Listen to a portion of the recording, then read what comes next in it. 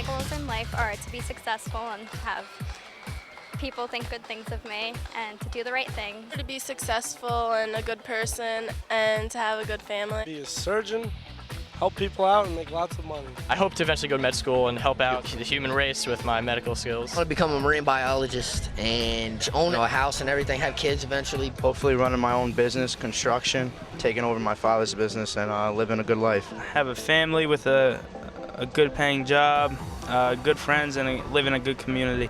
My goals in life is probably to be a writer. I want to be a writer, I want to be a designer. Through high school and go to college so I can be a construction worker like my dad. So I'm not really sure what my real goal is, but I just really want to have a good life. Just live a happy life. I just want to be happy and be able to live life day by day knowing that I'm proud of myself truly and I don't have any regrets in life. Live each day to your fullest, that's it. I want to go to art school. I want to be happy and do something with my talent and have a family. I'm actually going to school for fashion and I want to be a marketer in the fashion field. So I'm hoping to have my own clothing line and also be like a marketing manager for a top company like Armani or Versace. I want to be an elementary school teacher. I love children. In 10 years, med school. Let's go with that. Probably down south in a nice house with a nice job with like 1 or 2 children, just boys. 10 years, I would like to be married and have a family and just be happy and give them like 100% of myself and hopefully have a consistent job that I love, that I'm not gonna dread going to work every day. So Matt, where do you see yourself in 10 years? Well, in 10 years, I'll be 25, hopefully out of college by then with a degree in engineering, hopefully starting a family, not all the way into it, In 10 years, I'll be 27, graduated from college. I want to live in New York, hopefully married and starting a family and doing some professional theater, hopefully some stuff on Broadway. The goals we set today say a lot about who we are and what we want to achieve. Whether short-term or long-term, they lay the foundation for our direction of our lives. And help us determine education tracks, career paths, and vocations. Goals may be different from person to person and may change over time. But for Christians, our absolute goal is to be reunited with God. Keeping this in mind can help us when we pursue our goals. Pursuing your goals, that's what we'll be talking about today. Hi everyone, I'm Jess. And I'm Matt. And this is Realfaith TV. Our spotlight guest today is John, a familiar face here at the studio and also a goal-oriented education student. We'll talk with him a little later in the show, as well as meet our studio guest. But first, let's go back to the teens on the street where we asked them about their experience pursuing goals. Let's check it out. The time that I set a goal for myself was to not be stage fright, because I went to a talent show and I sang on stage and I kept telling myself positive things, and then in the end it all worked out. I wanted to finish the Bible, but that didn't happen.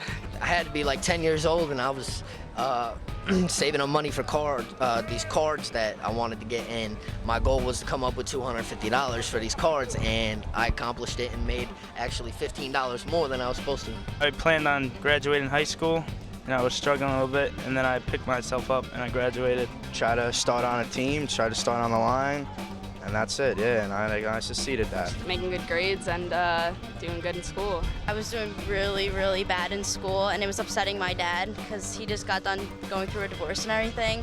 And with me improving my grades, it made him happier that he knows I'm doing good in school.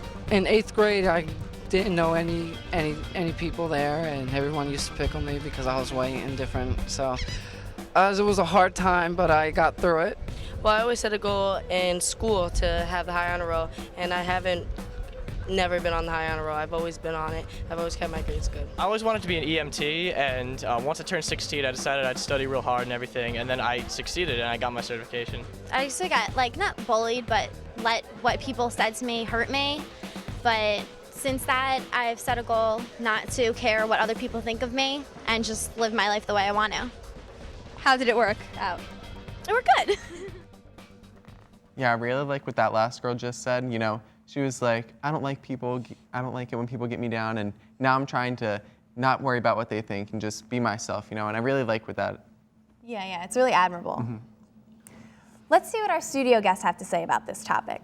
Okay, they are Vince, Phil, Danielle, Zach, Ijama, and Kim. So what are the goals you guys have set for yourself? My goal, really, I just kind of want to be successful, and I want to be happy with whatever I do, wherever I end up. As long as I'm happy, I don't really think anything else matters. My goal for the future is to become a marine biologist. I really like underwater stuff. I really like dolphins and stuff, and I've always felt an attraction to like sharks. I don't know why. Some short-term goals I set for myself are like finish out school. I'm a double major, so I want to stay focused on that. And after college, I want to graduate, have a good job as a writer maybe, or psychologist, and have a good family, kids, husband, you know. Some of my goals, they might be a little extreme, but I really want to test my limits when I'm older. I want to go skydiving, deep sea diving, climb Mount Everest, really insane things like that to really test my limits. I don't think I can beat that. I want to graduate high school, go to college, have a double major, math and teach math. That's what I want to do, not as crazy as you. I'm sort of like you. I do think I want a double major, maybe math and music. But for right now, my goal is to finish out high school, and I'm pretty good, so I want to be at the top. I want to be number 1. Yeah, I know for me it's similar. Like I just want to get through high school with good grades, and like I'm going to be a senior next year, so I'm looking for colleges, and my goal right now is finding the one that's right for me. Let's meet our spotlight guest, John, who will share with us how he sets goals for himself. And how he balances short-term, long-term, and eternal goals. Let's hear him now. The goals that I have for my life, I pretty much set up into 3, I guess, categories. The first is short-term goals, whether that be this week I want to get through my job, I want to do all my tests, and I want to make sure I do all my homework. Longer-term goals that I have, maybe it's graduate from college, find a job, figure out if God is calling me to be a priest, married, single, or religious. And then the eternal goal that I have is to get to heaven. And I think the eternal goal is something that we all have in common, is that we're all searching for God and we all want to be back in unison with God and join him again in heaven. Before I start out anything, I usually write down the steps or the order in which I have to do to attain that goal. So for instance, when I'm out at school, it'd be first, John, make sure you get up at the alarm to get to your 8 a.m. class. Make sure you get up for that. Then go take a shower, get ready, go have breakfast, and then go to class. For my job goals, I have to look at, okay, the first step is I have to take the test to become a teacher. I need to take the praxis and do well. I need to do well in my classes. I need to stay focused on my academic work to achieve that. But then going back to my final goal of going to heaven, I have to make sure that I'm staying on the path, whether that's going to Mass on Sundays or praying or spending time with God in the scriptures or other devotions like the Rosary, in order to make sure that the long-term or my eternal goals aren't being shut out because of my other long-term goals here on earth. The human spirit has limitless ambition and drive, which sometimes make it difficult to say enough is enough. It's easy to get in over your head, especially in our competitive society. Setting goals that are unrealistic can stall us from realizing our true ambition. Next, we asked the teens on the street what types of challenges they faced. And what gave them the courage to ultimately pursue their goals. Here's what they had to say. What were some of the challenges you faced in obtaining that goal? Daily temptations, distractions. Sometimes people will tell you, no, you can't do that, and try to push you and to not doing it. I sort of made my own roadblock by, I guess you could say, goofing off. Speed, height, everything, weight. And I got up to it and I actually started. Staying focused in school and trying to keep up with the family and friends. When you want to go hang out with your friends and you have a project to do or you have to study, and it's just being able to have that self-control to know what you need to do for you. The mental grind of it, because I had to study 120 hours and I had to do school and hang out with friends on top of it. Some of the challenges would have to be just the problems that I was going through, but I had to overcome them because my friends helped me, my sisters, my dad. There's a lot of pressure of smoking and using drugs and alcohol. Staying positive when things get rough. What gave you the courage to reach your goal? Like my friends and family just supporting me. My parents are always encouraging me. My friends, especially when they encourage you, say that you're good at something, then you want to keep doing it. Good stories and God. Knowing that I needed it to further my education and to get at the point I wanted to be with my life. The courage that gave me to reach my goal would probably have to be my dad. My dad is like my old-time hero. He's been through everything with me. My mom always used to tell me that fighting and using drugs and alcohol never takes you anywhere in life. Self-motivation, know that I need to do this for me to be something. I just kept thinking how great I'm going to feel when I found out that I got those good grades. Pictured myself, doing what I wanted to do, and I realized how much I wanted it, and I just thought about attaining that goal, and I eventually did it. My friends and my family and just myself, believing in myself. God, I guess, family and friends. Sometimes I think the biggest challenge in obtaining my goals is myself. I think I get in the way sometimes, I keep telling myself, oh, you can't do this, you're not gonna be able to reach that goal. I think that happens to a lot of people. I kind of second guess myself, and I'm not really sure if I'm doing the right thing, if it's gonna help me later on. So I kind of backtrack, and then I'm farther away from the goal than where I want to be. More often than not, my challenge is being lazy. Because I'll get tired and then I'll say I need to do this, but then I'll be like, I'll do it later. And then eventually it either gets done or it doesn't get done. Yeah, I kind of agree with Phil. I find it to be laziness. So I'll just go home, sit on the couch, and then I'll just say I don't really want to do this. Even though I know it has to be done. Similarly, I'm a procrastinator, but I think that more of what holds me back is the situations I'm in or the area I'm in. For instance, just with the life in general, I grew up in a bad neighborhood. That hasn't actually gotten to me, but it does affect how my life goes. The same things like push me down also lift me up. Like, for example, I'm a writer, and when I hear that someone from nowhere is selling this top story, it brings me down like, oh my gosh, I'm never gonna reach that limit. But then again, it boosts me up because if they can do it, I can do it too. I know for me, some of my challenge is that I have too many goals at once sometimes.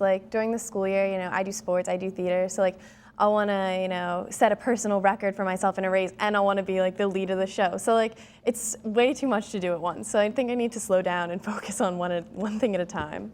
Definitely some challenges I have is that I struggle with confidence. I don't necessarily get through the goals, and since I struggle with confidence a lot, that just puts me down more. God has created and called each of us to do great things. God's call for each person is unique and specifically tailored. So your life plan is not the same as someone else's, and vice versa. In making decisions about what educational, career, romantic, or other type of path to pursue, we must prayerfully reflect and do what suits us best as God's unique creation. Instead of doing what others expect us to do, or taking an easy way out, or caving into pressures of society. Let's go back to our spotlight guest, John.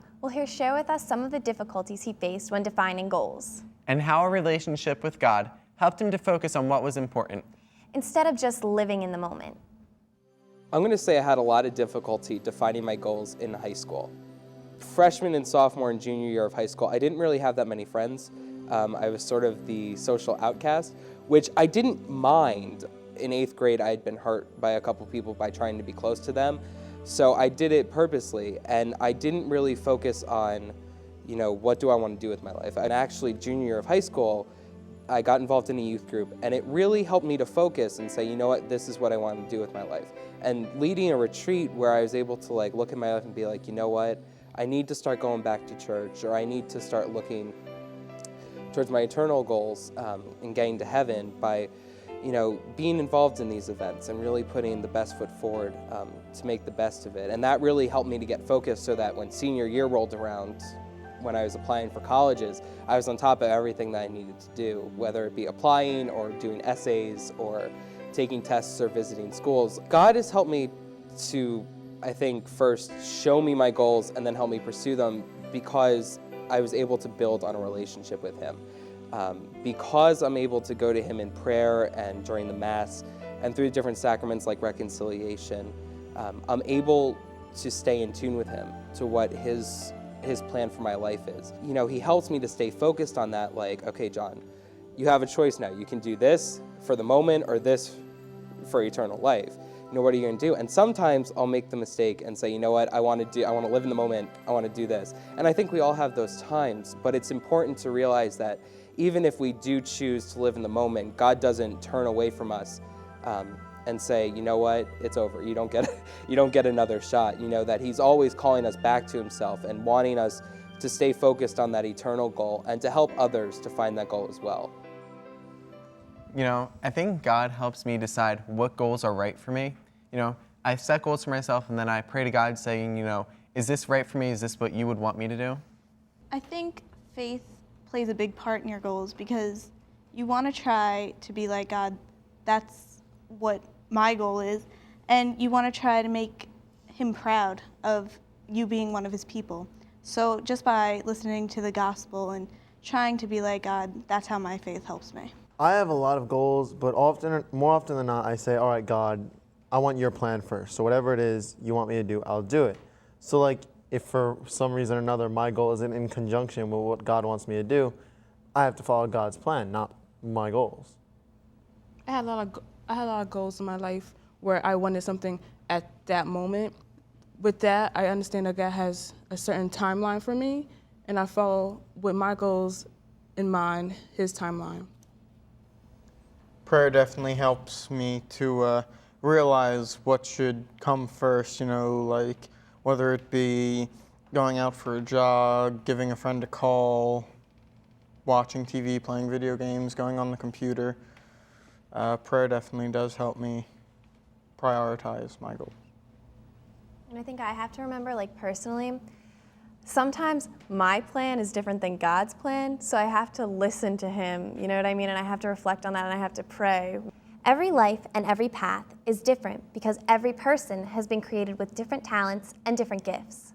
By reading Paul's letter to the Romans, chapter 12, we know he recognized this in the early Christian community. He wrote that, since we have gifts that differ according to the grace given to us, let us exercise them. He was trying to say that each and every person is talented and has gifts, but that they will work best when they work together. Next, John explains how his unique talents and gifts have enabled him to pursue his goals and helped him to find what he feels God is calling him to do.